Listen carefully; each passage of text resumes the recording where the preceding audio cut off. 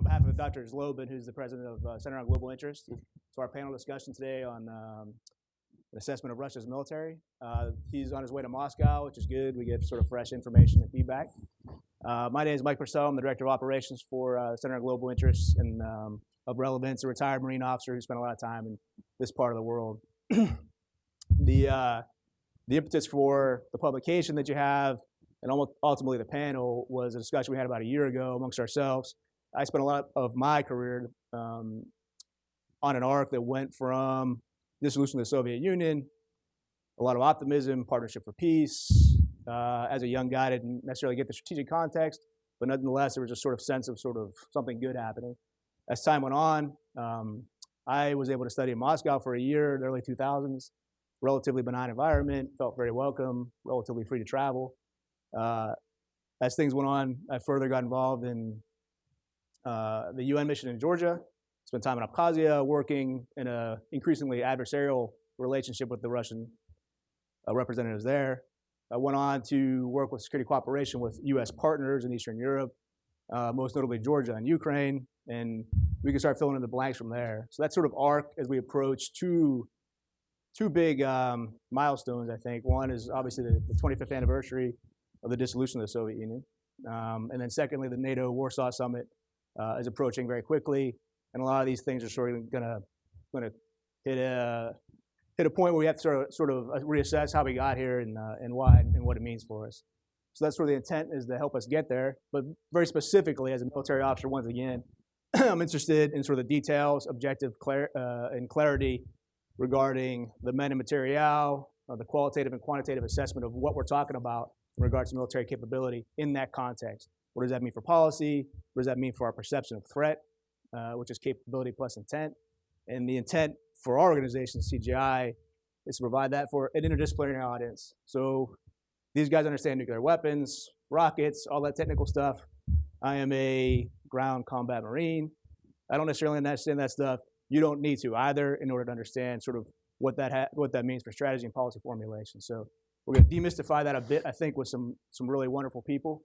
But first, I'm going to start off by reading you the bio of Alexander Golts, who's an author in the publication, who's not here today.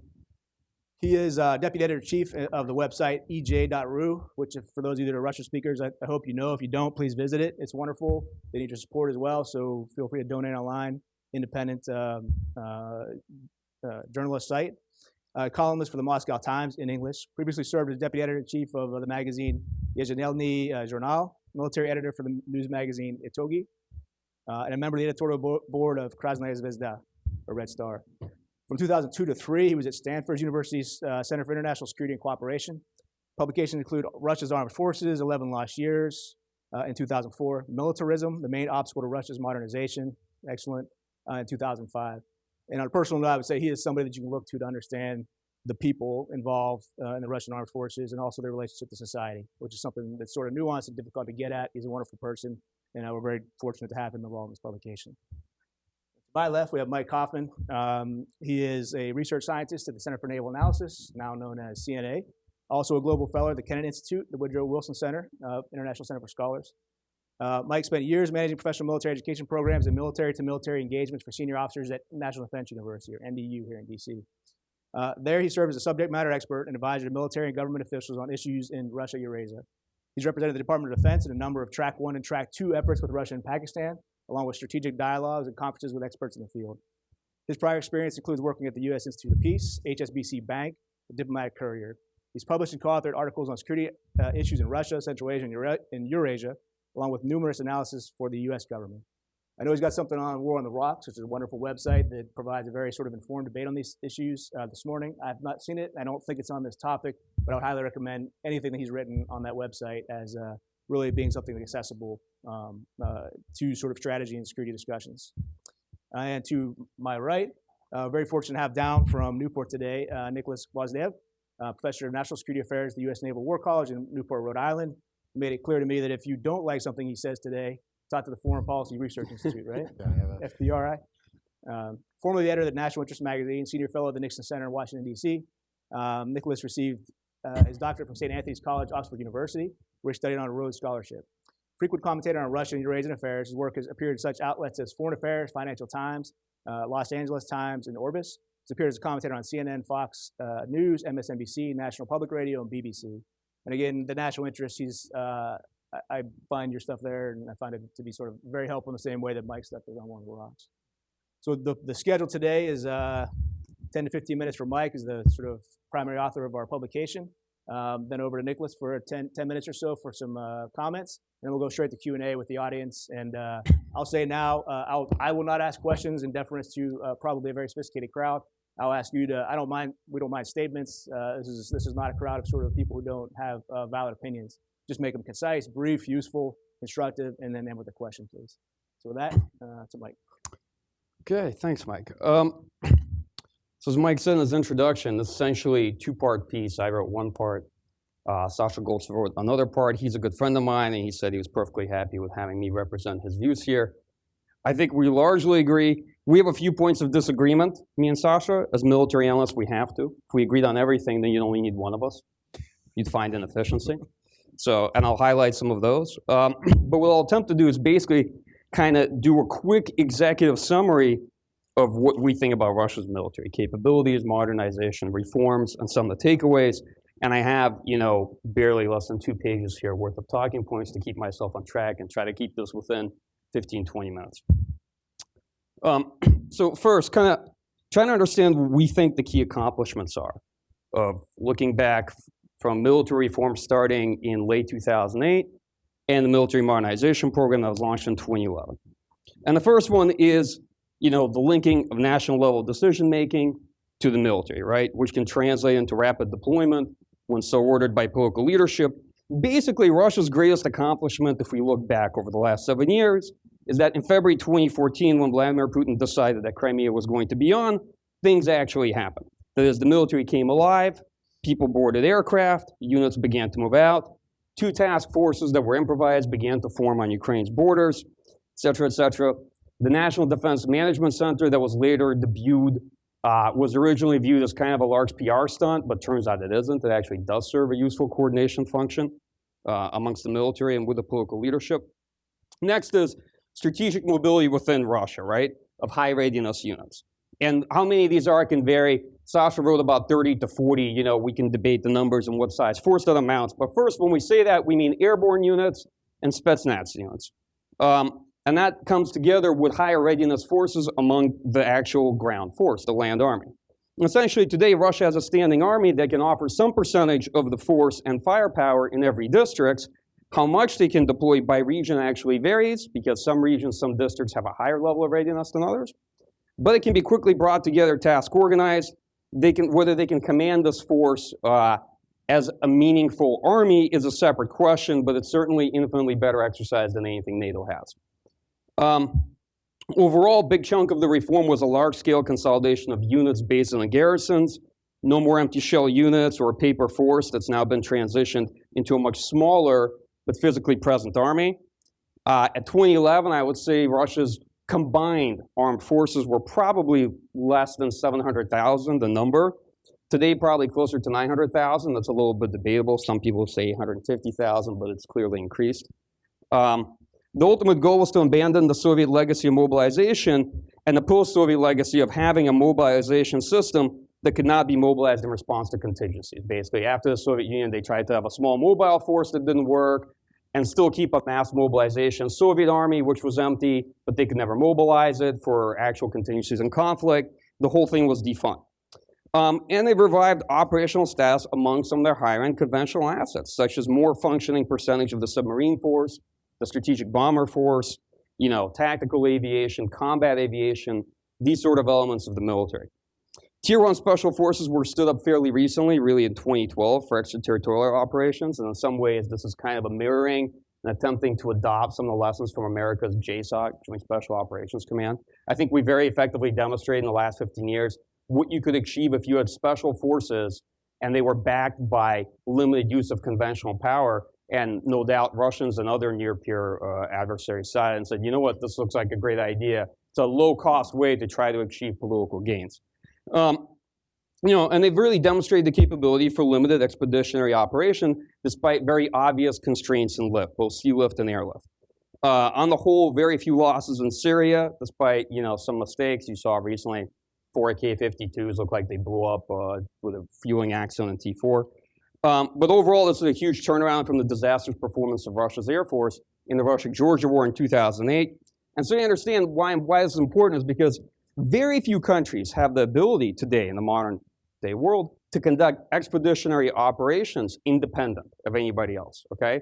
We have some allies that do it, but often they do it with us kind of holding them up by the ankles. That is, we provide a lot of things for them, right? And so the reality is when you think of how many powers can actually exercise expeditionary capability, more importantly, they can do it when somebody else doesn't want it. Like the United States does not like them doing it. Nobody's helping them. Russia's one of the few that's been able to demonstrate it. Granted, Syria is not very far away.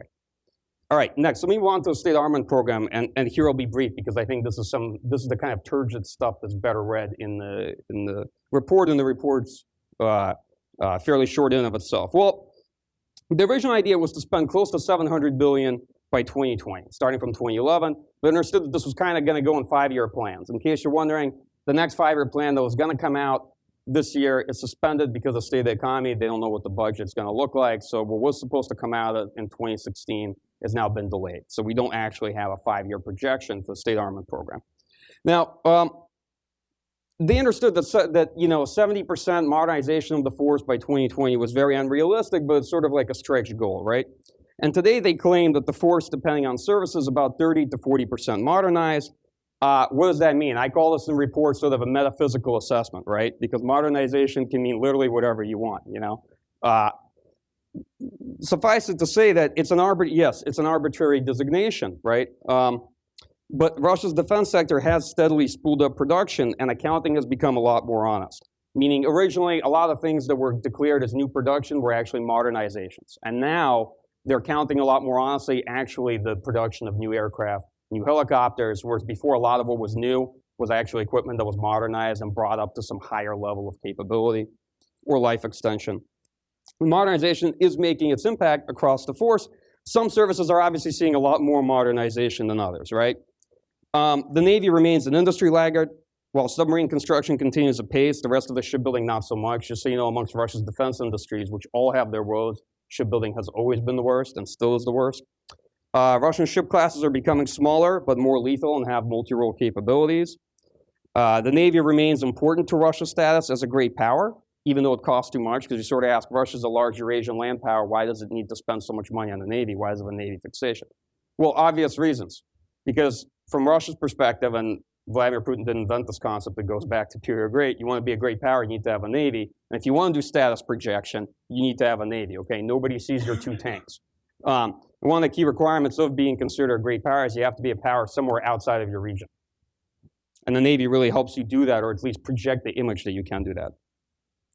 Otherwise we have new generations of sort of land attack missiles and air defense that have really given Russia the opportunity to solidify ideas that have been long running in the last 20 years about trying to get some sort of credible conventional deterrence against the West, right? Because if you really understand it, that after the collapse of the Soviet Union, Russia was essentially stuck with nuclear deterrence and a paper army. The army could not be counted to really provide any sort of buffer in a conflict for escalation, right? You'd have conflict, and then you'd basically have to escalate to nuclear first use pretty fast because your army was not a dependable force.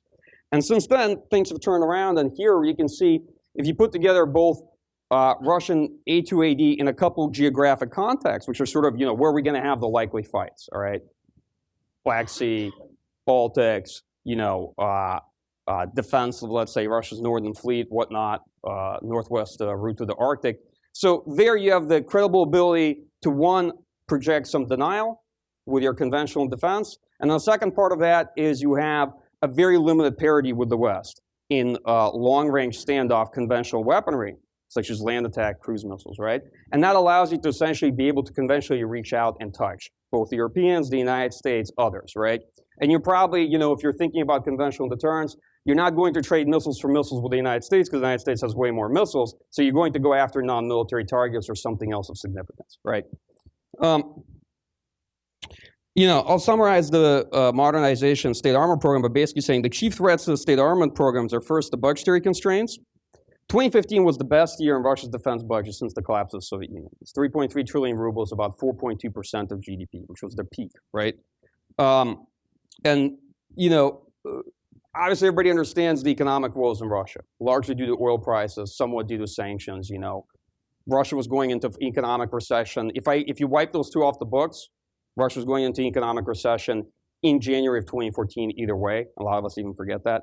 So, and the second part of it is Russia's defense sector was intimately and intricately tied in with Ukraine's defense sector, and it really depended on Ukraine for engines, for helicopter engines, for ship engines, and for some of the engines for Russia's heavy strategic airlift, right? The ones that have done, that rift has done the most damage to the shipbuilding program. It's done some damage to the helicopter program. And so it said all of these plans and visions for modernization and production realistically back probably by 5 years, maybe longer in some cases, I don't know. The other part of it is Western sanctions, which is cut off technical sanctions that cut off Russia's access to some key important electronic components. And Russia does depend on electronics for certain high-end technologies, almost all of which are imported from the West, okay? Or people who are basically are willing to come along with Western sanctions. And that affects a whole range of things, including a lot of ISR like satellites. All right, comments on failure sort of in reversals, right? First, Russia's military education system was never consolidated and overhauled. That was one of the final plans of Minister of Defense Anatoly Serdyakov, which Minister of Defense Shoigu canceled. Second, reserves. You know, some people like Alexander Golts think, and I tend to agree, that Russia needs about 60 brigades worth of reserves for planned wartime strength. At least realistically, when Russia banned the mass mobilization system, it bandied about various ideas for building a new sort of ready reserve and never came to fruition. And what they still have is they essentially have an initiative where they have one 5,000-man force, good for about 2 brigades. And it's important to understand that Russia realistically does not have a reserve. It has a concept of a reserve, but operationalized, that reserve doesn't translate into anything, right? So, and I can talk about that some more in Q&A if you're welcome, but the reserve system basically a broken component of the reforms, and it's kind of a major indicator that Russia's not really prepared for any long-term conventional conflict, not a large-scale conventional conflict. It's not clear how Russian units would replace their losses. It's not clear where the reserves would come from. You know, they just did a snap exercise, actually, this past 2 weeks to test sort of the mobilization system and the reserve. And I'm going to tell you it's the easiest test in the book to do because you can look outside the window and see that you don't have one, right? I mean, that's the reality. So the two concepts of the reserve are, one, mobilize units into some kind of volunteer territorial defense battalions, which you can actually kind of call the Ukrainian model now. And the second is to mobilize them as part of civilian emergencies to deal with natural disaster and catastrophes. But there isn't a real reserve system where they come, there's equipment and commanders and other people waiting for them, and there's a unit to bring people into. You know, next, changes from military posture from taking units out of the Western Military District to bringing back, a return to permanent units on Ukraine's and Belarus's borders. So basically 3 new divisions have been planned since late 2014, and they've been steadily rolling out the announcements of them to address a lot of the shortcomings that were identified in the early days of the war with Ukraine back in February of 2014. Also, there are some new units going into Central Military District as well. Russia's back basically from having a brigade structure to having divisions. The force structure is a continued flux, so essentially it's not a brigade force or a division organized force. It's a force, the core component of which will still be brigades, but there will be divisions where necessary. Basically what I'm trying to say, Mike, it's going to look like the Marine Corps. If you've ever seen like an org chart of a Marine Expeditionary Force, the Marine Corps likes every single unit formation there is, so there's divisions, brigades, battalions, regiments, and everything under the sun. Identify, honestly, investment in the Arctic, everything beyond setting up a long sort of interlinked of radars and transport infrastructure as a very substantial and large waste of money that would have been better used elsewhere by Russia. In fact, I think the more money Russia spends in building military infrastructure in the Arctic, probably the happier everyone in the West should be. Syria reveals both a lack of precision munitions and a lack of precision in the munitions themselves that were supposed to be precision munitions. And no targeting pods means that the Air Force is missing a very critical enabler. Essentially, they've been getting the job done in Syria, but let's put it this way, the difference between having those capabilities and not having them is very substantial collateral damage and the combat effectiveness of the actual Air Force and how many sorties you have to fly. Russia has demonstrated important niche successes in technologies like electronic warfare, but also pretty substantial gaps like being able to indigenously produce drones, right? Most Russian drones are licensed production runs of Israeli drones. Questions. What's the future of Russia's army organizational structure, and how will the Russian military fight on a large scale? Did we learn the right lessons from Ukraine? Is a task-organized group of Russian battalions a real threat, or is it Russia's sort of force of sufficiency in a conflict where it had the time and the options to choose a very low-cost approach? Meaning, does Ukraine actually tell us anything about how the modern-day Russian army fights? Or is Ukraine simply Ukraine, right? And they did in Ukraine what they did because of the political necessities, the international necessities, and because they could. They had the time to play out Ukraine however they wanted, right? You know, my personal view is that in a real high-end fight, the Russian military would organize in brigades and also in divisions, right? And that does not be like a task-organized battalion groupings. What was the driving factor of force constraints in Ukraine? Were force constraints really an issue? And if so, you know, how does it explain their ability to hold strategic exercises and deploy for Syria? Were there other reasons for troop rotations sort of throughout Ukraine? What does Ukraine actually tell us about the force limitations within Russia to sustain a conventional conflict, right? Next, has Russia truly abandoned the mass mobilization army? And this is where I differ with Sasha Golts. Sasha believes the general staff is essentially abandoning this modernization as going back to the mobilization model. I believe it hasn't, and realistically it can't. It simply can't. You can't go back to that which does not exist. Okay, that's the premise of that theory. More importantly, I think that if anything, in trying to create large conventional units formation, there is a question how Russia will fill them, and it may essentially going back to a reversal of what existed in the post-Cold War period, where it's going to have a permanent readiness army, and instead of having mobile forces, having immobile forces. That is, large forces that are garrisoned, but only partially staffed. So you will still have a high readiness army. You will still have very mobile units. You'll maintain your strategic mobility within Russia. But then you're going to have these large, heavy divisions that are not fully staffed sitting on Ukraine's borders or on Belarus's borders. And they're essentially going to be there immobile in case of a real large-scale contingency in either of those two countries. You know, so in my view, basically, I think Sasha may be right, and only the future will prove one of us right, but we may be jumping the gun. Because one of the problems with Russia is that they announce so many things, but the ratio of announcements to implementation is not very good, right? So a lot of things get announced as being created, or we will have X, but you have to take a lot of it with a big grain of salt. So, you know, I basically, it always takes some time and patience to figure out what Russians are actually going to implement versus what they announce.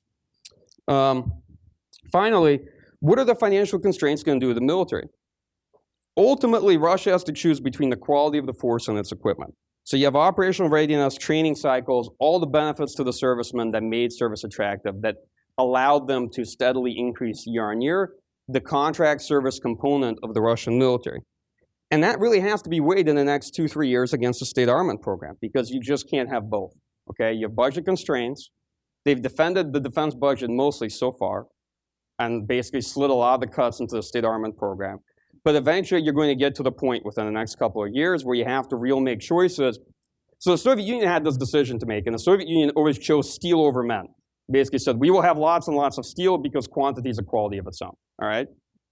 And the army Russia has been trying to build since 2008 is one that's more oriented around the personnel, a much smaller army, but one that's ready, one that responds when the national leadership gives them the go-ahead to conduct a military operation, and one that can project a percentage of its capability anywhere outside of Russia's borders, right? And they're going to have to make some tough choices, I think, in the coming years. So some final conclusions. One, the Russian military is back in a pretty big way as an instrument of national power, and it's traveled a very rapid path sort of since 2008 from being one of the least reliable instruments of national power in the Russian Federation to one of the most effective tools in Russia's toolkit. Second, I don't think there's a clear doctrine that emerges from looking at Russian military and operations other than still a preference for traditional conventional warfare, the resurgence of covert operations, and training for escalation into the nuclear realm. The conventional force remains an integral component either for changing facts on the ground or for compellence in support of special force operations, meaning special force operations don't work without the conventional force actually deploying, okay, behind them. New combinations of task-organized units, contract force, etc., suggests that Crimea, Ukraine, and Syria should all be viewed not as examples of new doctrine, but essentially as military experiments of a force that is still in transition, and a force that only recently has arrived in existence. Realistically, we've yet to see the Russian army fight as a real force, as an army. The lessons from the conflicts we should look at as inputs into Russian military thought rather than necessarily outputs of them. There's lots of theoretical writing on these topics in Russia, but in practice we still see mostly the application of conventional military power. Russia's faster decision-making cycle and mobility than any of its adversary. That may change if it abandons the permanent standing force and goes back to large unstaffed formations. And Russia's land force is a laggard in technological terms, but good enough against any of its potential adversaries today. Meanwhile, its nuclear force continues to modernize very effectively and is still a very potent deterrent. And I'm going to leave it there and turn it over to you now. Actually, real quickly to explain the term strategic mobility in respect to Russia. We Americans tend to think of that meaning moving stuff from the continental United States somewhere else. Yeah. You said in Russia.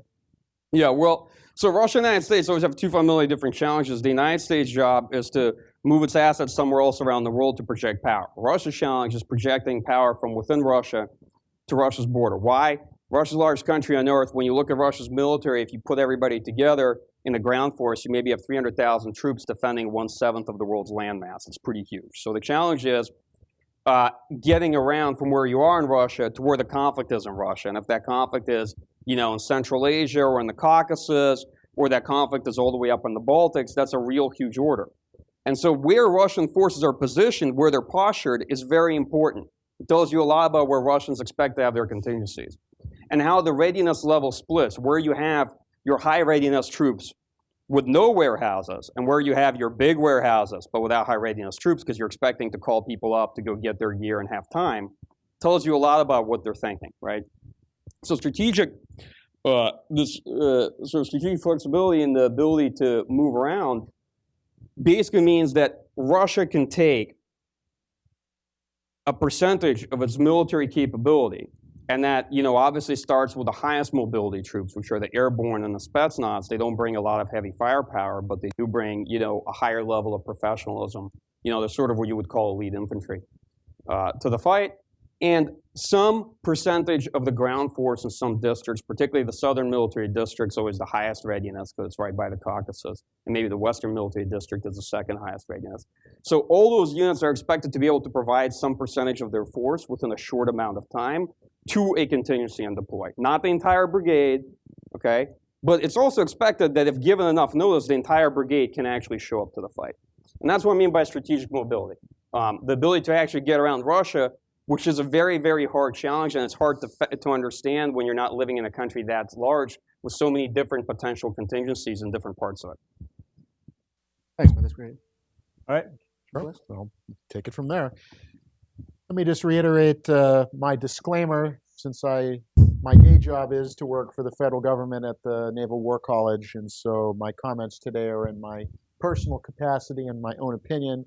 And given that I have these other affiliations at the Foreign Policy Research Institute and at the National Interest, if you don't like what I say, then credit me as being part of FPRI and the National Interest and not the Naval War College. I really enjoyed going through this report. For those of you that haven't had a chance yet, definitely pick it up. It's a great resource. And there's a refreshing frankness about it, because obviously in the last 2 years, there's been a resurgence of interest in Russia. For all of those of us, and Mike talked a bit about the trajectory, first partnership for peace, and we were going to be partners together, and then things have deteriorated. And for those of us who study Russia and Eurasia, we're back to being in a threat-based career. It's no longer about opportunity, it's about threat. The problem is that when you have a threat that reemerges is that different institutions may want that threat to be exaggerated because their institutions benefit from a threat, and you have other institutions that may not want that threat to be made manifest because it takes away from what they would prefer to do. And so a lot of the work that's come out on Russia in the last couple of years, I think, has to be taken with a certain grain of salt as to who's behind it, what are their interests, because if you want a strong Russia threat, you can cherry pick the data to make the Russians 10 feet tall. Mm-hmm. If you don't want a Russia threat because you want to focus on the Middle East or on Asia Pacific, then you'll find everything that's wrong with the Russian military establishment to say it's a paper tiger, it's all illusory, and we don't have anything to worry about. And what I liked about this report, and why I commend it to you, and I am honored to have been asked as the discussant for it, is that it simply says, let's take a snapshot of what's happening in Russia without any pre-conclusions as to how people in America or NATO or elsewhere may benefit or not benefit from these conclusions. Let's try to get an honest look as to what has been happening in Russia. And I think that is a strength of its report. And when you look at that from that perspective, just some of the adjectives that come out, I think, are critical to getting a handle on what's happening with the Russian military. Inconsistent, uneven, mixed, in transition, incomplete. So it reflects the fact that in some ways the Russian military establishment has made tremendous progress. There's new equipment, there is new ability, but that there are also problems, and that you have to take the picture in its entirety. Because if you cherry pick the picture one way or another to want to support your predetermined outcome, you'll find whatever data you would like, but then it may lead you down an incomplete path. And why I think this report is useful is it works against the two extremes that we're seeing in the debate. First of all, it's a wake-up call for those, particularly in Washington, whose image of the Russian military is still largely shaped by the debacle in Chechnya in 1995, and then who saw in the 2008 Georgia campaign, yes, it was better, but look at all these problems. It still took them a long time. Ships were slow. Aircraft were taken down by friendly fire. This report says you have to recognize that things have changed since 2008. If you're still thinking 1995 to 2008 is your frame of reference for the Russian military, you're missing important changes that have taken place. We saw this in Michael Kofman and I in a seminar a few months ago where if you had this 95 to 2008 mindset, you looked at some of the Russian Air Force crashes over the last year and said, well, see, that's exactly what's happening. They can't keep their planes up in the sky because that was the mindset, because 1995 to 2008 would lead you to conclude that was the case.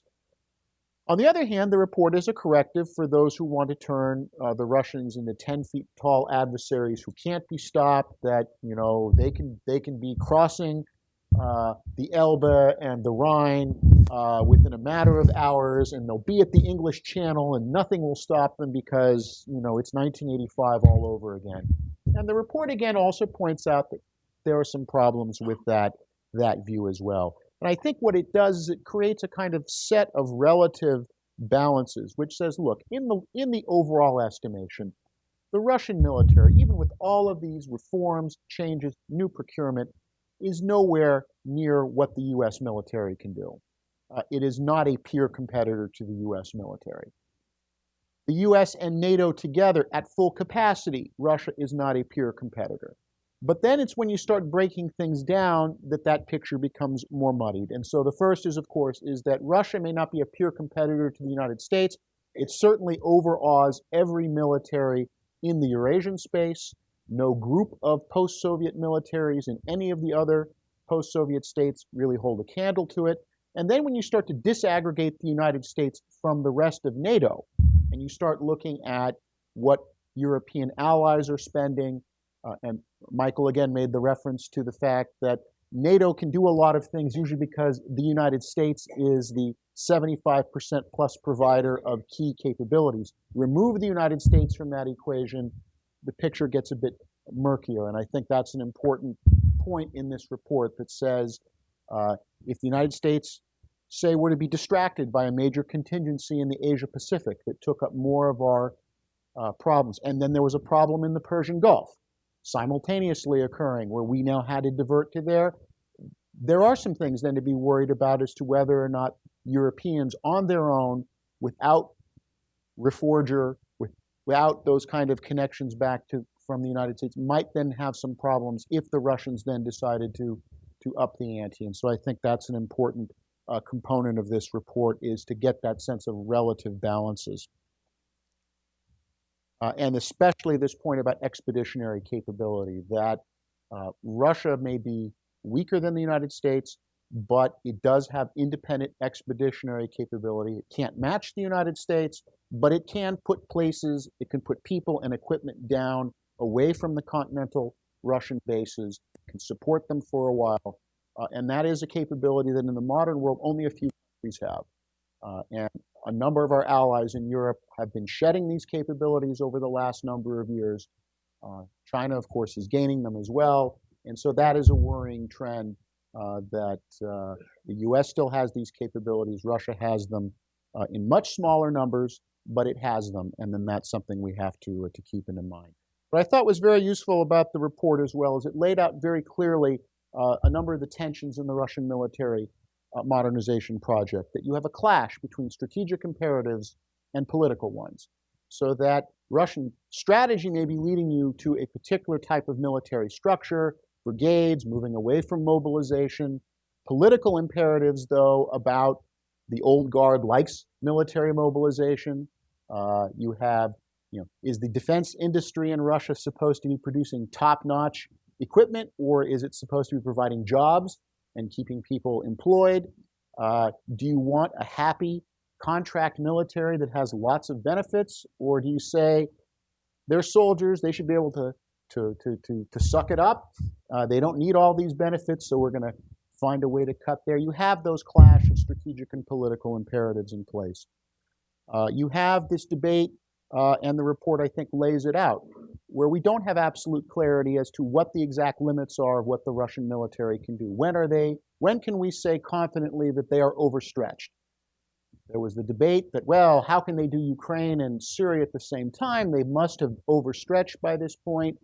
I think that there is a degree of ambiguity there as to what exactly would strain the Russian military. How many contingencies can it operate simultaneously? How many things must it prepare against? Michael, again, referenced to the fact that looking at each of the military districts gives you a snapshot as to what Russia is preparing for, where it's positioning equipment, where it expects problems to be, and I think that that is an important feature. Not to hijack the release of this report, but I would be remiss if I didn't mention the fact that the Naval War College is preparing its own assessment, the Russia Futures Project, which will be out later this summer. I don't feel bad mentioning that because a number of our conclusions, we were working through our drafts now, actually align very well with this report in terms of looking and saying that the Russian military is a problem. It is an irritant for U.S. interests. The Russians can create problems, but not to go overboard and to say we're back into the old Cold War and we're back to two superpowers competing across the board. And I think we've found some areas of agreement in what we think the Russian military is intended to do. Regime preservation internally, and then, of course, to prevent any external actor from interfering inside of Russia. That Russia has both a conventional force and then obviously the nuclear deterrent to try to warn other powers that Russia's internal situation is not open to manipulation by others. Part of that means having sufficient anti-access area denial capabilities in the Baltic, in the Black Sea, in the Arctic, and elsewhere to be able to have a credible threat to say you will not find West, and then potentially at some point in the future, if there's a problem in the Pacific, that the Russian coastline and access to Russian territory is not going to be an open door. To create more of a non-permissive environment for a potential adversary, that Russia and the space around Russia will not be permissive. I think also important is, and this is where the Syria deployment comes in, is Syria a test for what the Russians are really worried about and what we all know biology is going to create in a matter of years, which is unstable regime transitions in Central Asia, where simply put, President Karimov, President Nazarbayev, they can't live forever. They've been around for a long time. What happens when you have contested transitions or problems there? And so some of this point about where the Russians are basing equipment, where they're basing personnel to be able to respond potentially to contingencies in Central Asia should there be difficulties there. And I think that that is a critical thing.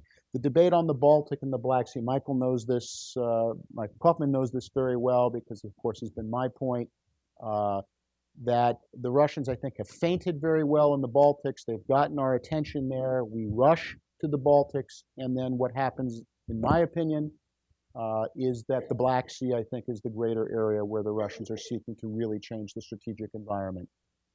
They feint to the Baltic states. We panic. Everyone panics. Everyone talks about NATO in the Baltic region, and then borders suddenly mysteriously change in Georgia, where the fence moves, and where something happened there, and stuff is going on in Moldova. Stuff is going on elsewhere, and so my sense is when we look at how the Russian military is positioned, I think the likelihood that the Russians are going to create a major incident in the Baltic region is less. They're happy to harass, they're happy to cause trouble, but I think it's the Black Sea area, which is the one that they're really focused on. And that's something we can discuss, the questions and answers. To reiterate something Michael said, I think, though, that the Russians are facing choices. These are, again, political choices. Do you continue to fund current operations at the expense of future procurement?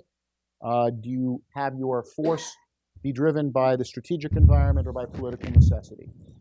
And because the economy is becoming a lot less permissive, even if you expect that there's going to be a minor uptick in energy prices by the end of the year and some degree of economic recovery, and maybe the Europeans are going to move to staggered sanctions relief over the next 6 months to a year, the Russian government will still have to face those choices. Those are long-term choices, and it will be interesting to see how it turns out. Let me just conclude on this, which is, what does this mean for us? So we have this report. We have other reports out. What is the American policymaker supposed to do with them? Other than, thank you for producing an interesting report, and when I get a chance, that and 50 other things I have to read, I'll get to. What is it that we should be taking away from? And I think it should be a wake-up call for American policymakers. And of course, we're in an election year, so we have the opportunity for a new administration, which will be doing policy reviews, and it has the ability to refocus policy. But I think what reports like this highlight is the fact that, particularly in the Eurasian space, that over the last number of years, we are reactive. Russians are driving the agenda. We react to what they do. They do something, we react, rather than we, the United States, and then NATO and our European allies setting more the conditions of strategic engagement. Chinese, of course, are observing this with great elation, because what this shows to them is that a reactive United States kind of pivots to whatever the crisis of the day is, and so that enough problems in Europe, and then maybe, as I think the Chinese are saying, thank God for Iraq and Syria and everything else, because maybe the Americans will never leave the Middle East and really pivot to Asia Pacific, in the sense that America is reactive rather than proactive. Finally, I think that this raises a question that we have to grapple with as an American strategic community. We've gotten very used to, over the last 20 years, operating in environments with near complete dominance, near complete permissive environments, which allows us politically to cast our operations as low cost, no casualty, no problem. We could do bombing raids, we can do air campaigns, we can do interventions, and the sense is that there's no major cost in terms of large losses of equipment or large numbers of casualties. What the Russian military revival forces us to consider is we're going to have to start reconsidering our risk tolerances. So when we say, well, maybe should we do an no-fly zone over Syria? What should we be doing vis-a-vis Ukraine? It's now in an environment where Russia has the ability to raise costs. Doesn't mean that the Russians are necessarily going to raise the costs on us, but they now have that ability. It changes the dynamic, as opposed to 1999 and the Kosovo campaign, where I don't think anyone was particularly worried, despite all the rhetoric about, you saw in Serbia, we and Russia are 300 million and the Russians are allied. No one was particularly worried about a conflict that Russia was going to intervene. Today, when you talk about, well, maybe we could strike Assad's government in Syria and use precision weaponry and somehow magically avoid Russians while hitting Syrians on the ground, it forces you to think, well, what would happen if you did start hitting Russian targets, or if the Russians said, well, based on what they've done in Syria in terms of A2AD, we can interdict flights. We can create problems for you. It changes our risk calculus. So I think these kinds of reports are useful for us to begin rethinking we can finally dispense with this rubric of the post-Cold War world and to say we're in a post-Cold War 21st century where we had 20 years of pretty good permissive environments. That's changing. Other powers can raise the ante. We have to start thinking then in terms of what we're prepared to do. And this forces us to say, well, what could the Russians do? What's it worth to us? What's the risk we're willing to take? What are the costs we're willing to pay? When you start asking those questions, then it allows you to develop a more proactive strategy, which allows you to help set the agenda rather than simply react to it. That's super. Let me ask though one question before we move to Q&A of the speakers. If Alexander Golts was here, what I would ask him is to sort of talk to us about the social fabric of the Russian armed forces. What kind of person is a soldier nowadays? What kind of person is an officer? How do they relate to society? What are the perceptions of service? What are the perceptions of sort of career path? And this links to sort of in the report, you'll see that he makes a point about sort of the nature of the government or the regime and the sort of limits to military reform imposed because of that. I'll kind of leave that open-ended, but I'll go back to Mike and get a. This is, and then come to Nikolas. Sure. Well, I think in the Russian military, like any conscript or volunteer military, but particularly more so in the military that has over 50% conscripts, the army is a very representative sample case of society, right, of your country as a whole. Russia's military, when you look at draft conscription, kind of follows the one-third, one-third, one-third rule, which is you have a draft, and essentially you can break down into 3/3. You have 1/3 of people that are, by health standards, are just no good for the draft. You have 1/3 of people who have an academic exemption, and you have 1/3 of people that you can draft out of your available sort of manpower pool. What does that result in? They do overdraft a bit people who ultimately end up being not good for service. Health-wise, I think the washout's about 8 to 10% amongst the people that they draft that turn out to be not good for combat tasks at least, and they either have to be sent to some kind of rehabilitation or medical rehabilitation or given non-combat duties. Of the average soldier, I think their life and their work, their sort of actual service conditions have dramatically improved. In some ways you could say that what's offered to a lowly officer today is what was one day offered to a general. We have this old joke that, it's not a joke, it's actually a tragedy that, back when the Kursk sank, the captain of that submarine was making something like $300. I mean, it was, the salary equivalents were atrocious back in the day. And now, a lieutenant going to the military makes decent money, can get an apartment, obviously not in Moscow, but, in a town, which is a very significant thing to have when you're very young. So there's real benefits. Much has changed in the actual serviceman's life. Much has changed in the serviceman's equipment. That being said, military, of course, continues to suffer, as always, from the chronic illnesses, and I call them, they're not problems. Problems are things that emerge, and then you can say, hey, I have an idea, and we're going to fix it. These are chronic illnesses and conditions of the Russian military, right? Corruption, right? Dedovshchina, which remains a problem. Washout rates, which is, everything from AWOL, occasional desertion, of all this, basically turnover. And ultimately, discipline, where the Russian military cannot and has not going to, by all looks, to transition to an NCO, non-commissioned officer corps. Cannot. It has to have officers whose primary job is to do what NCOs do in sort of our Western militaries, which is they handle the discipline, okay, in the units. I think that's, a quick summary without sort of adding a chapter to this thing. Don't have anything to add. I think that's... I'm going to go in quadrants here, so I'll go here first. And wait, hold on one second. Let's let her, sorry. Oop. Alexander Golts from Business and Baltic Media Group, Riga, Latvia. So out of 3 Baltic states, Estonia, Latvia, and Lithuania, which is the weakest NATO link, taking into consideration not only military readiness, but also attitude of local population towards its eastern neighbor and towards the whole rapid militarization of the region. Let me do this. Let me get a second question here, and then we'll. Thank you. George Helashvili from Georgian Embassy. Well, we have three instances of sort of occupation, annexation, and then intervention, respectively in Georgia, then in Ukraine, and finally in Syria. Also, I believe there were cases when intervention or aggression did not happen. Those also have to be taken into account. So my question is quite broad. I mean, and this is addressed to Dr. Gvosdev. What do you think? What do you think triggers the activation of Russian military arm? What's a perception framework within the government and its foreign policy and security establishment?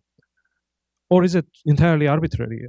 You suggested, it seems, that we can regard some of these expeditionary missions, so to speak, as experiments. And I mean, if you could also say, is there any pattern at all? Is this pattern more related to political, security, domestic, ideological? And also, I would like to hear your thoughts on how self-propelled Russian military machine may be, independent of the political leadership. Thank you. You want to start with that, and then maybe I'll move to Mike for the first question. Yeah, no, that's a great set of questions. Is there a pattern, starting with that, what triggers Russian movement? I think it's a mix of factors. Certainly opportunity. There needs to be something that the Russians just don't show up somewhere out of no reason. There is a pretext.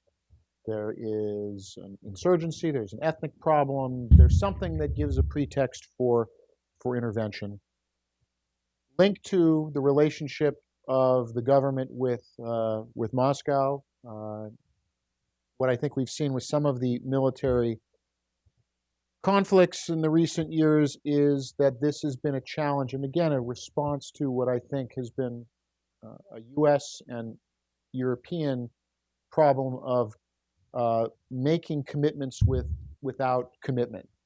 That is, talking the line of you're an ally, you're a partner, you're a friend, you're almost in the club, as it were, and then the Russians say, all right, let's push and shove and see what happens. And then people suddenly say, oh, you don't have an Article 5 guarantee, you don't have a security treaty. So sorry, that diplomatic memorandum you signed is just a memorandum that has no legal force, thanks to what the Office of Legal Counsel ruled. And the Russians say, this is a good way for us to show that, soft commitments from the West may not be enforceable, or they may not be prepared to enforce them. And we've seen that again in the choice of why Georgia, why Moldova, why Ukraine, why not the Baltic states, perhaps, when people were saying that the Baltic states were, we were just waiting for the green men to be showing up in Narva and elsewhere. Well, it may be because 3 states have a Senate-ratified defense commitment through accession to the Washington Treaty, and other states didn't. That may be a factor. And then, of course, the demonstration effect. What does this have on other countries? And we saw when you had the Russo-Georgian conflict in 2008 and the impact in Ukraine in 2009, when former President Kuchma was saying, see, this is why we can't rely on no Western cavalry will ride over the hills to save us if we get into a problem with Russia. We have to learn from the Georgian, what happened to the Georgians. I think the Syria intervention is also designed to essentially, as an experiment, is designed to reassure perhaps first President Aliyev in Azerbaijan, and then certainly in Central Asia, that Russia is willing to make commitments to governments and regimes that have made a commitment to them. And so to show that they have a willingness to intervene, and perhaps also to Egypt as well, because as we've seen how the Russians have really made hay out of what happened with Mubarak in their kind of back channel with the current Egyptian regime to say who will have your back. So I think that there's that element too. Is there a demonstration effect that Russian power used in one area may then bring benefits in others? So I think it's a mix of all of those factors. I don't think that there's like a master plan that says we're going to intervene in these places. It's a mix of something happens, there's a way to weaken Western commitments or to show that the West can't be relied on, and there's some expected demonstration effect, or that they expect that a government will then change its line or change it, suddenly say, well, we have to go to Moscow to settle things in their favor. So I think that there's that element there. On the thing about the Russian military being self-propelled. I'm sorry, go ahead. Then I'll turn it over. On the at this point, I don't see the Russian military as an independent political player. I think civilian control, or at least Kremlin control of the military, is pretty strongly in place. I don't see the Russian generals even playing the same role that the PLA military can in China, where sometimes the PLA is the tail that wags the civilian dog, as we've seen. Hey, President Xi goes to India for a meeting, and all of a sudden something happens on the line of control in the Himalayas. My read is I don't see a Russian military leader who has any type of independent ability to cross the civilian leadership at this point. So, Michael? Yeah, I agree with that. I think Vladimir Putin has fairly clear dictatorship over national decision-making, and Sergei Shoigu is notorious for having complete dictatorship over the MOD. So, I agree. I'll answer a Georgian colleague's sort of question first, which is to say, what triggers Russian movement? I think from my view, and it's different from other people's view, Russian decision-making does tend to track a bit closer to prospect theory, where they ultimately decide to use force only when they finally perceive that doing nothing is going to lead to higher losses than actually the risk of using force. And what that calculus, however, is based on Russia's strategic culture and very long-running perceptions and fears, right? So the thing is, their decision to use military force to achieve political objectives, to me, actually does make sense and attracts with their notion that they use it when they think that doing nothing is a worst-case scenario. However, their overall assessment of what will happen, in my view, is usually pretty bad, okay? Meaning, I'm sure in retrospect, if they look back on Eastern Ukraine, they'll understand that not only did they not use force wisely, but that they also acted very rashly, that their perception of what they were going to lose was horribly and massively overblown, but I think fairly typical for Russian view of the international and regional security environment. And the other part I will tell you about using force, and this is a lesson for all bureaucracies, democratic or autocratic, when people faced with policy failure, they always escalate. Always escalate, okay? And so Russian use of force, no matter how it starts, along the vertical spectrum of conflict, will always escalate to use of conventional military power, always. Either it'll start that way right from the beginning, or it'll eventually escalate to a conventional war in order to change facts on the ground. And typically it does do that.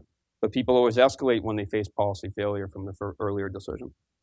With respect to the question about which of the bolts are a weak link, I don't think individually any of them are a weak link. I think if you're looking from, if I was to give you my purely military balanced goggles, no politics, okay, I will tell you that all of them are a weak link. And from a pure order of battle correlation of forces perspective, they are not defensible by NATO. Not this NATO, and I actually don't think a NATO that can exist in any time in the near to midterm future. The second part I will tell you, that's not necessarily a requirement. If you know, during the Cold War, for most of the decades of the Cold War, up until the 80s, NATO survived not being able to effect conventional deterrence by denial against the Soviet Union either. That was life of the 50s, and it was life of the 60s. It was life for much of the 70s too, okay? And we all got on. It wasn't that ideal. So conventional deterrence by denial is the gold standard, is the preferred, okay? But there are many times where you can't get what you want, all right? There are many scenarios where you can't have it. Part of the real consequence of this discussion about the Baltics, the notion that you can, and I've written about this quite a bit more in the Rocks, the notion that you can pursue conventional deterrence by denial is a bit of a toxic debate. First of all, I don't believe it's possible, but second of all, you understand that if you take frozen conflicts aside that Russia's created in Georgia and Ukraine, with having this conversation in NATO you're doing, and I don't think transatlanticists understand this, but foreign policy realists do, that you've essentially, with bright marker, highlighted the final eastern borders of NATO. Because if conventional deterrence by denial is the bar, then it's absolutely unachievable for Georgia or for Ukraine. And so what you've done is, by making this being sort of the standard of the kind of defense NATO has to have against Russia, you've essentially taken NATO's open door policy and you've made it so small that only a country like Montenegro can get through. And that's the reality of the future. That you essentially, by having this discussion, you are shutting the door of NATO expansion firmly behind the Baltic states. And I think this very much works to Russia's advantage because Russia can have its cake and eat it too. It can deploy conventional forces on the borders of Ukraine, particularly in the south, and Belarus, and prepare for that contingency. While it has NATO very much fixated on the notion that it needs to achieve territorial defense in the Baltic. But that very conversation now precludes the fact that we've already had it this year coming up for the summit. That conversation is now the base, and as the conversation about Georgia's potential accession to NATO, and in the future, subdistant future or medium-term future, Ukraine's accession to NATO. And there's a historical irony to this conversation. I'm going to say this very, very frankly with you. If this was the bar for acceptance to NATO, that you must have conventional deterrence by denial against Russia, back at the end of the 90s when the debate was held about admitting the Baltics, I'm not sure they would have been admitted. That's the reality of this conversation today and of this new strategic context in which we're holding it.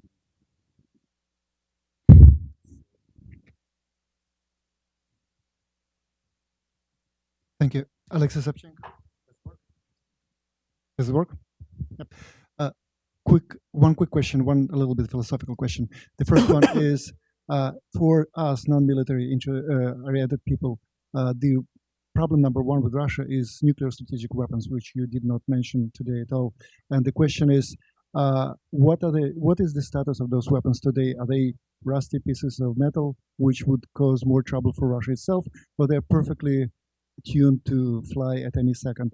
In other words, how serious is the real threat for the United States in terms of Russian military? And the second one is there is a very interesting, what you mentioned, what Michael Kofman, you mentioned what Dmitry Trenin wrote recently in his article, that the Crimea military operation was a perfect example of how efficient became Russian army. However, we saw that in eastern Ukraine, where Russian military units were involved, my understanding is that the original plan was to grab the territory from Kharkov to Odessa.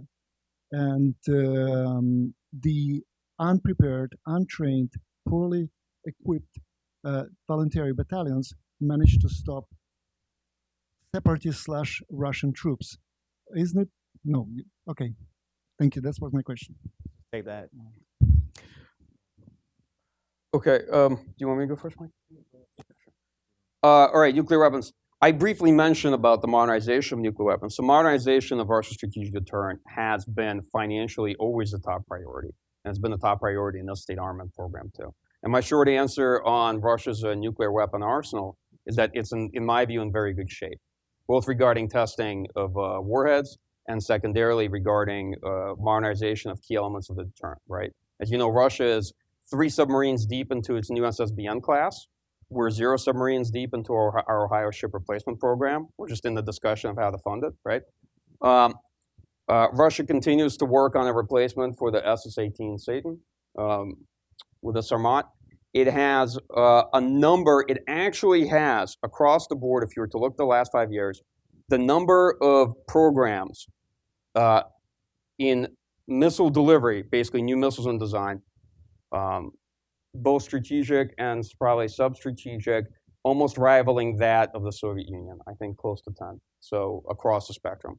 So as far as Russia's sort of nuclear deterrent and where it stands, it's pretty good. Keep in mind that it's very different from our deterrent. Russia's nuclear deterrent is kind of a zoo. Russia has a very, very large diversity of weapons, and Russia has to deter a lot more nuclear weapon states than the United States. The United States has to deter Russia, China, and then we always have North Korea to live with, right? But Russia has a lot more to deal with. I hope that answered nuclear weapons. Well, there was sorry, I'm blanking. There's a second question you asked. About the plan. No. Listen. There's no large-scale plan to invade Ukraine, right? So one area where I agree with Sasha, of course, is that Russia looked at Ukraine and realized we don't have the force to invade. Well, that's obvious. Look at the size of the Russian army. It's tiny relative to a task. But what I would add to his analysis is there's no army in Europe that can invade and occupy Ukraine. Just so you know, Ukraine's the largest country in Europe with 42 million people, okay? And a standing army does not exist that can invade and occupy that country that size right now, right? It's not just a Russian limitation, just a period limitation. It's a terrible idea. So obviously it was never going to happen. The land bridge to Crimea was never going to happen because if you look at what it would take to create a 300 plus kilometer long land bridge and how much territory you'd have to seize and hold. So you invade it. Where are you going to find manpower to hold it, right? And how are you going to supply that manpower, right? What's the largest army Russia has put out into the field in the last 25 years, right? Just think about the numbers and the resource task. So obviously it wasn't going to happen. I agree with Sasha that Russia found it difficult to control a contiguous piece of real estate that was very small, about 45% maybe, of the Donbass, just half of that territory and half of that population in eastern Ukraine. It did not take a huge amount of forces to do it, but it was not an easy operation. Ukraine is not one war. If you really look at the spectrum of Ukraine, you will find about 4 conflicts, kind of running the gamut from the early on political warfare through irregular, through a hybridized approach, and mostly ending in conventional warfare. But it's depending on what part of time period you want to talk about, you will see a different conflict in Ukraine, right? But that early plan you're talking about, no, that wasn't a serious proposition, you know. Nicholas? Sure.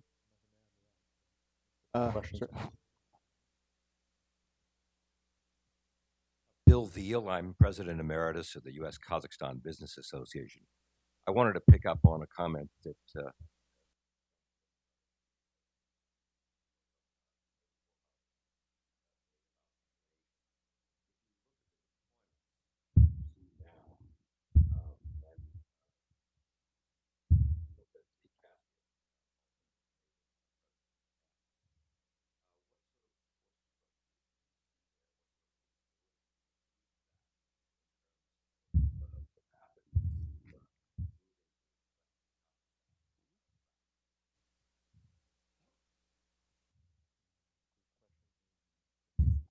Let's do me somebody very young over here.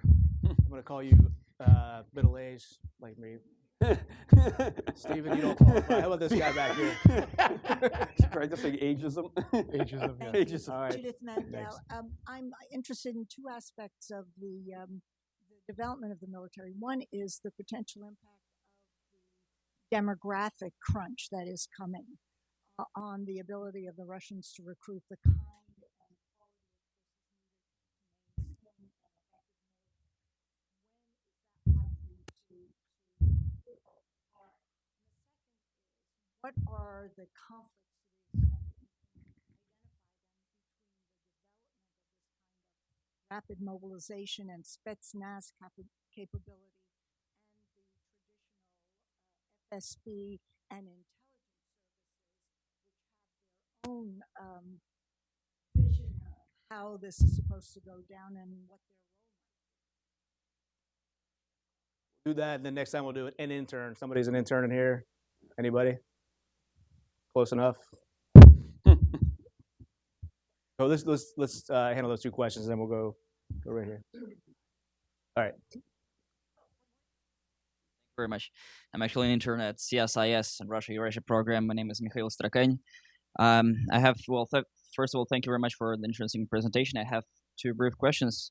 First is about, I would like to hear your advice on, for a young researcher like myself, on if there are any think tank or an expert or a researcher that particularly studies Russian psychological operations as they were kind of successful in Crimea.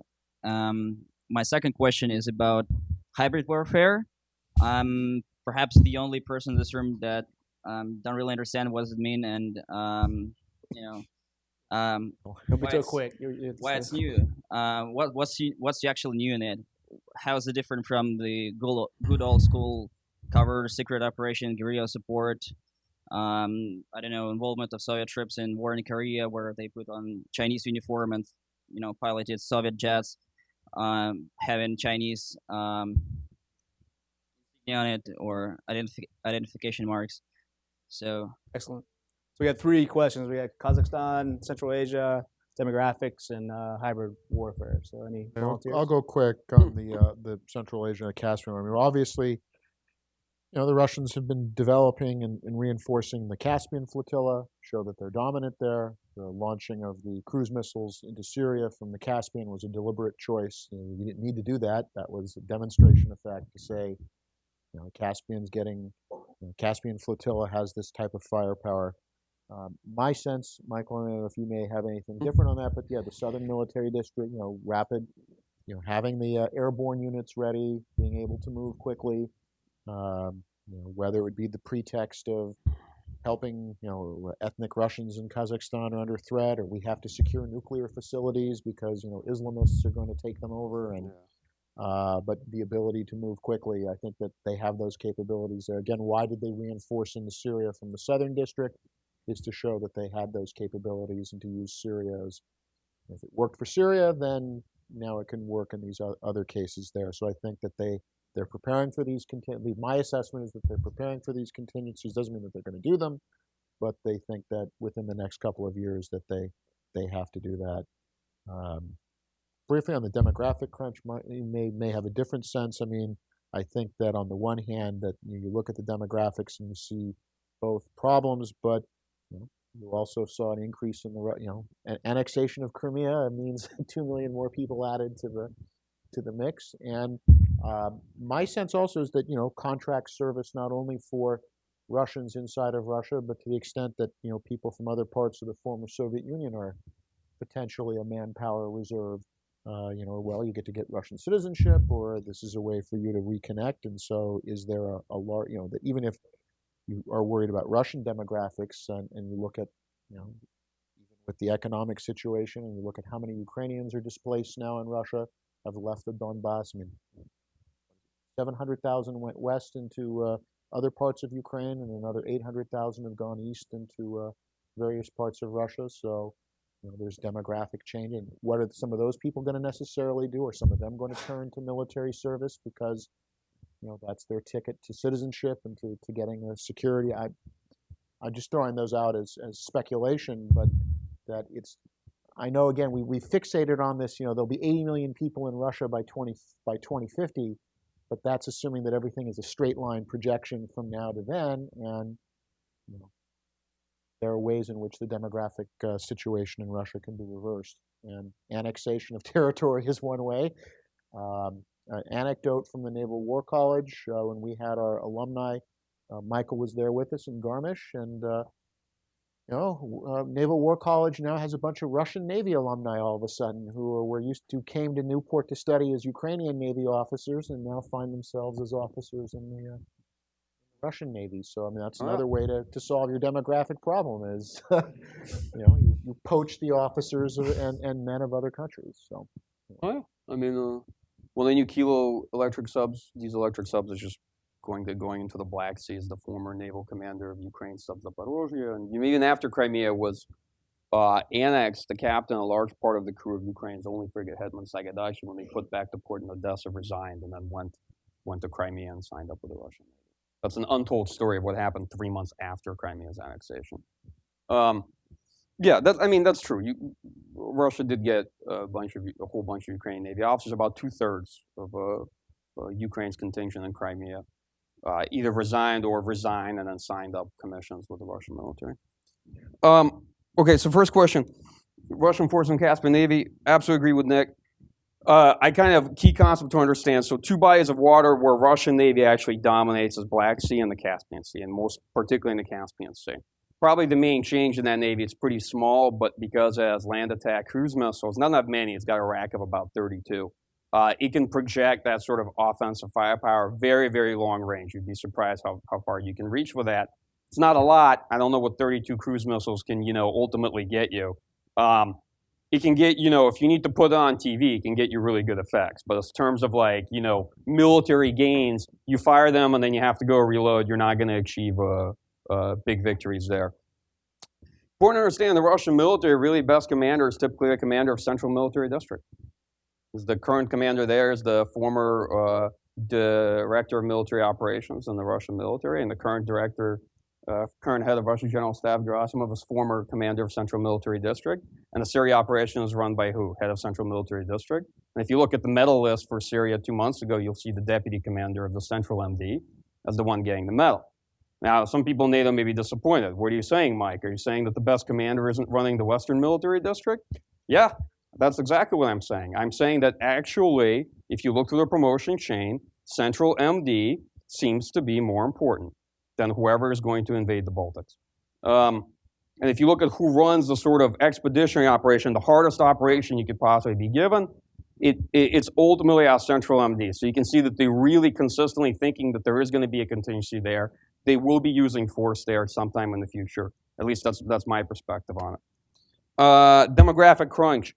Definitely demographic crunch in the medium term. Not today, not tomorrow. People keep talking about it. So you understand, overall total size of Russian armed force has probably gone up 150, 200,000 in the last 5 years. Right? It has increased. They are still deploying new unit formations. How long can they sustain that? Can they ever get to a 1 million-man army? I'm not sure. I think there will be demographic issues in the medium term, and they are unavoidable, simply the way the population curve looks. However, there are important political choices to be made that can ameliorate that. Remember, Russia is typically second or third highest destination around the world for emigre labor. Okay, it's United States, Canada, Russia. All right, if you look at annual global statistics, right? So if the Russians choose to make some of the choices the Europeans are debating now, there will be social consequences, but they have a fairly sizable manpower pool available from former Soviet countries, particularly Central Asia and the Caucasus, that work there and travel there regularly, that they can turn into citizens. And then they can get their manpower back very fast because the reproduction rate in those countries is really stellar compared to the reproduction rate in Russia. And I think that may be an unavoidable choice 15, 20 years from now. Russian PSYOPs. Well, that is a very narrow-banded question. That is almost on the esoteric. So send me a note later.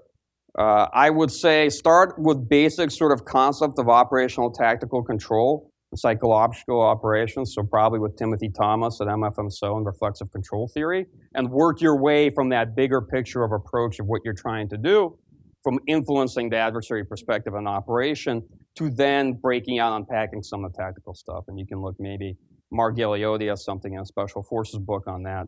I don't have a photogenic memory, so I don't recall. Hybrid warfare, what does it mean? This is one of my favorite hobby horses. I'm not going to write it here. It means nothing. Okay? It means absolutely nothing. So a long time ago, there was a really great colleague, and not a long time ago, he was a great man. He works at the National Defense University, Frank Hoffman. And 13 years ago, he wrote a really great piece with General Mass at the time, talking about the emergence of hybrid threats. And then up until 2 years ago, I think I spent 5+ years working with Frank at National Defense University in the same unit. And so what Frank Hoffman and General Mattis were trying to discuss is essentially when you have an adversary that you think traditionally of as an irregular warfare adversary, okay? And that adversary is combining, it's integrating traditional bins of warfare. So they have conventional capabilities, like let's say Hezbollah, right? And they're integrating them in the same battlefield with purpose. So you're not just fighting sort of guerrillas or insurgents, but they also have conventional capability, and they're putting that together with terrorism, right, along the spectrum. And the idea was to get the US military to think about irregular adversaries that pose a much higher threat level, and that was best demonstrated in Israel's war with Hezbollah in Lebanon in 2006, where the Israelis got unexpectedly bloodied, okay, by people that they thought weren't going to bloody them. And so right in February 2014, a lot of Russia watchers in the field when Russia invaded with special forces and very rapidly annexed Crimea said this is some new form of hybrid warfare, and hybrid warfare kind of took off like wildfire, and good slogans are really nice because analysis is hard, but blah blah on hybrid warfare is easy. So that kind of took off for about 2 years, but it's tapering back now. In the scope of 2 years, they basically expanded hybrid warfare to mean anything. So from strategic bomber overflights to information warfare to tanks to submarines, you can, any given week there's an article coming out that's saying Russia something hybrid warfare. And so it's basically gone from being a term that had utility. It still has utility in the US military. It had a function. There was a conceptual design behind it. It was debated. Very thoughtful people wrote about it. And then in 2014, the Russia field kind of stole it, ran off with it, and hopefully at some point it'll put it down. We're running short on time. I'm going to take 2 more questions, and we might go over a bit. We started a little bit late, so if somebody needs to get up at exactly 2:30, don't be unafraid. Somebody take gentleman back there to the right, the far back.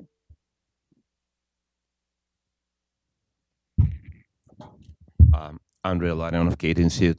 Michael, could you just talk a little bit about your vision at this moment? What was the regional plan of Kremlin versus Ukraine in April year 2014? You're saying that it was not a large-scale military invasion planned. Looks like it's correct. But what exactly they were planning for the, let's say, southeast part of Ukraine, and how far their plans were extended? Mm-hmm. The gentleman in the blue shirt there to the right.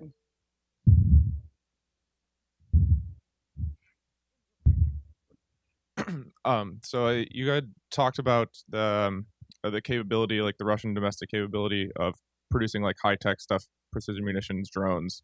I know that like even back in the Soviet days, they were like lagging behind the West in a lot of those places. Could you just give me a little information like why that is, and is there any way, like with the sanctions, has there been any indication that like maybe they're trying to do that domestically now, and if not, why, and like why has this been a chronic issue for them? Let's take one more here, and then we'll see where we're at. Up here, I'm sorry, Olga. Thank you. You mentioned that the U.S. was a reactive force. Last week, the Secretary of the Air Force defined Russia as one of our top threats, our top military threats. Disregarding the political decision-making from this current administration and looking forward to future decisions in the next administration, what strategic targets within Russia can the United States military and foreign policy target to put Russia on its heels? And then very quickly, Stephen Blank there is good question. Stephen Blank, American Foreign Policy Council. You talked about nuclear modernization, but nobody mentioned the role of nuclear weapons in Russian military strategy. If there's time, could you talk about that? Let's take those and see where we're at. Start from back to front. Any takers on?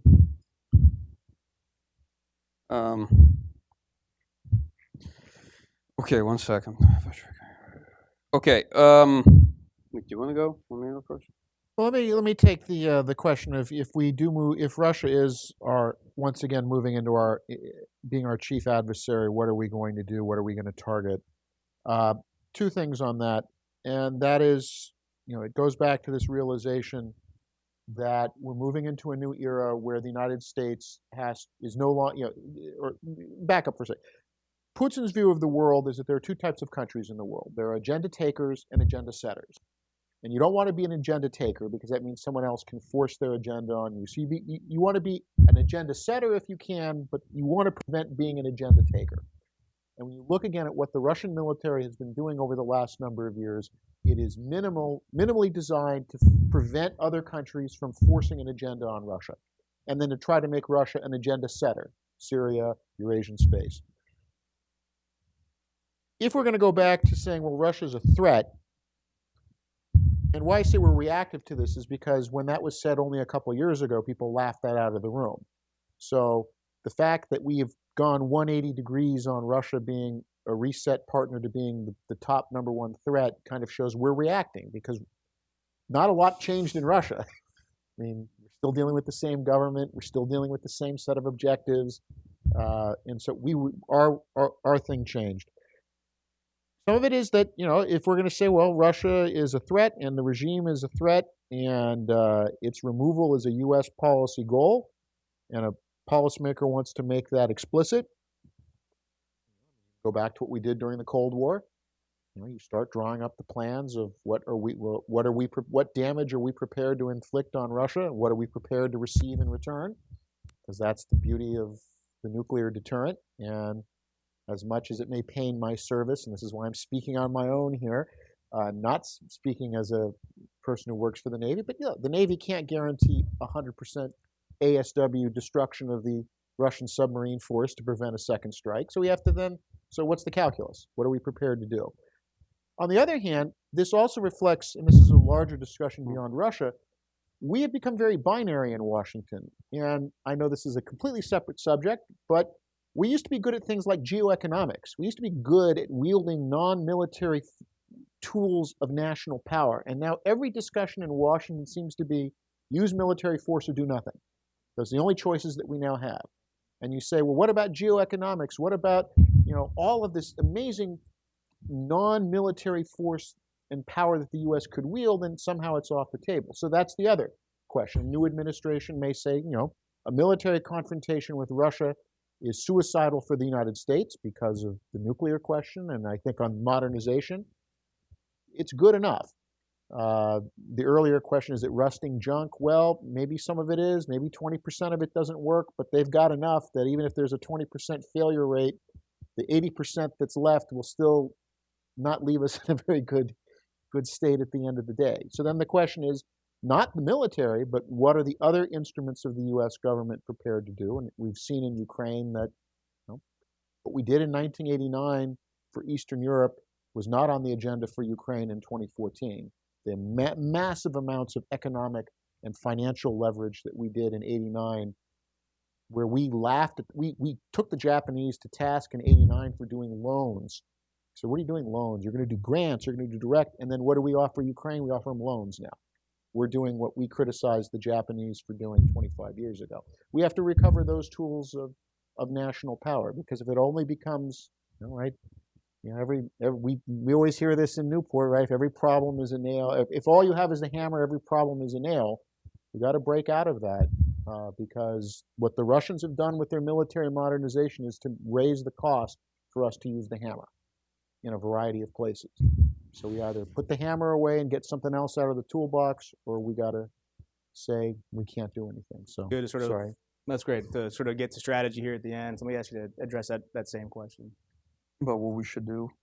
And plan for Ukraine, and then the high tech, Specifically, the gentleman here's question regarding sort of what U.S. actions rather than reactions, if any. It can be short. Yeah. I think it's very important for, sort of just a nice DC policy question, is to understand what it is you want from Russia, which is what do you want from them? What do you want them to do, right? I recently heard a U.S. Vice Admiral in a quote say, we must negotiate from a position of strength.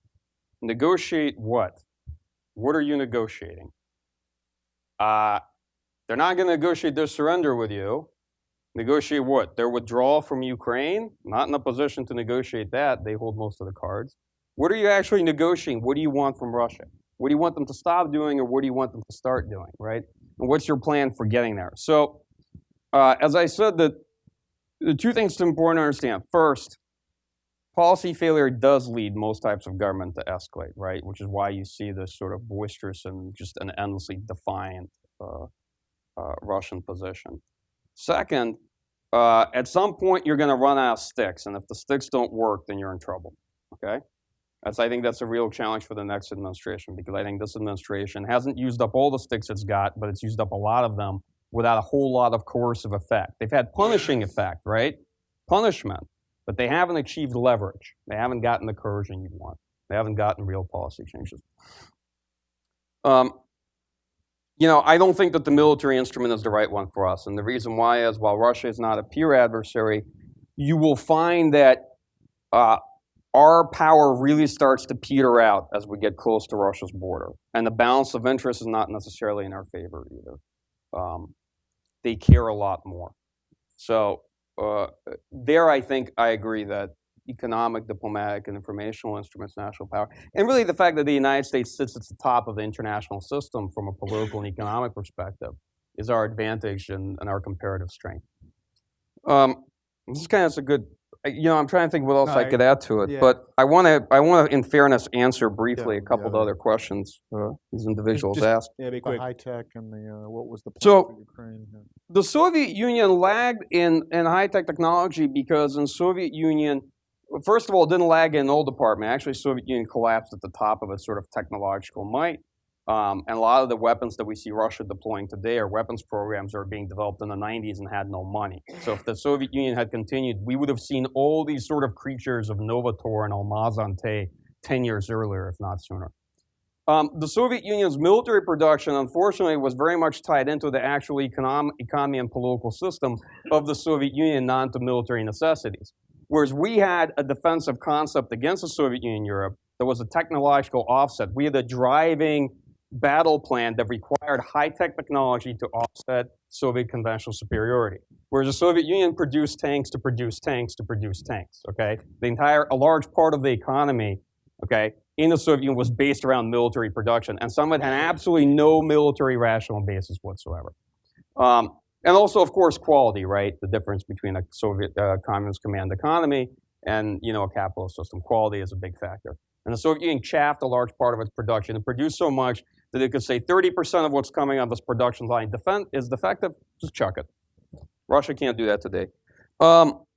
Chronic Russia's issues. Russia's main issue in technological production has to do not with design, but quality, because in the Soviet Union, different factories produce small components to go into these big high-end assembly plants. And unfortunately, in Russia, the way the production lines are set up, the plant that builds the missile, the aircraft, puts it together, has to go back and actually make the bolt and the screw to then go back putting the missile and the aircraft together, right? And that's the issue of quality that they run into, and that's why production is slow. It's a lot harder. All right, role of nuclear weapons and strategy, Steve. Sorry about that. That's a great question. Probably best save for conversation for another time. I think it's a question very worth debating. A lot of people have come out and said Russia has a strategy of escalate to de-escalate, this, that, and the other. There's a lot more, I think there's a lot more thinking that needs to be done in this area. Suffice it to say, it was very clear to me that Russia's defense rested for much of the post-Soviet period on the nuclear deterrent, and unlikely having to use nuclear weapons first in any conflict. And that while their considerations of when they would use nuclear weapons, is it when there's an existential threat to the government, or is it when they've simply lost territory? It's probably still fairly loose. I think realistically they understand that they now have a real conventional buffer between when they would have to use nuclear weapons and escalate into that domain compared to what they had in the 90s. Vision for Ukraine 2014 and sort of Russian operation plan. In my view, it was fairly straightforward. So Russians understood that obviously they weren't, they deployed 2 task forces on Ukraine's borders in early 2014, all right? And they had about 40,000 men. And it was very obvious that they weren't going to invade and occupy the largest country in Europe with 40,000 men. So they clearly debated some options, one of which may have been, a militarily forced regime change. Another one may have been fragmentation of Ukraine, where you invade not to occupy, but to fragment, basically, to destabilize Ukraine and break it into pieces, And, the one they ultimately end up going with is they used the force for conventional compellence, and they chose not to invade. It's obvious in the first couple of months, there was a National Security Council meeting where they debated the options once the forces were in place, and they decided not to invade Ukraine then. Of course, ultimately, in August 24th of 2014, they end up coming back, revisiting the choice, and it becomes the 4th thing they try, right? They try political warfare, and that doesn't work. It runs aground very fast. They do a state-sponsored insurgency, and that doesn't work. They try inserting, select conventional capability Russian units combined with sort of Ukrainian auxiliaries, this army of Novorossiya they created for about 3 months. And that doesn't work either. And on August 24th, they basically give up, and they do a much smaller limited invasion as their final escalation, right? But I suspect that all these op plans that they could have debated, I sort of picture a discussion they had, the sort of discussion we might have had in 2003 before invading Iraq. Except here, General Shinseki stood up and said, I think we're going to need like 300,000 plus men to occupy that country. And they said, no. All right. Whereas I suspect that a number of people in Russia said, you know what, we should invade and occupy Ukraine. And somebody said, here's how many men we're going to need versus how many men we have. And they said, let's not do that. I think it's going to take a lot more men to occupy than to invade. Let's learn from America's lessons. 40,000 men or 80,000 men are not going to do for an invasion of a 42 million population country, right? The last question from the Air Force, it's an interesting question. All I can tell you now is that this is the job of the Air Force component in Strategic Command. And if the Air Force isn't doing that, then I think we all in DC should ask for our money back. And we're not going to give you the B-21 bomber, okay? So if you don't have an answer to that, no B-21 bomber for you, right? But I assume you have the mission covered. I think that covers everything. All right, that's super. Yeah, it was really excellent, sort of beyond my expectations. Not that I had low expectations, but we went even better than that. So, also, the questions I think were really superb, and I appreciate the thought that went into those. So, with that, let's give our speakers a hand. And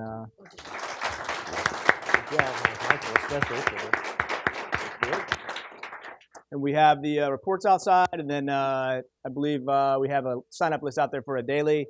Anything good that these gentlemen write, we'll ensure we sort of put that in our daily prominently. And thank you for coming today. Thanks a lot, Mike.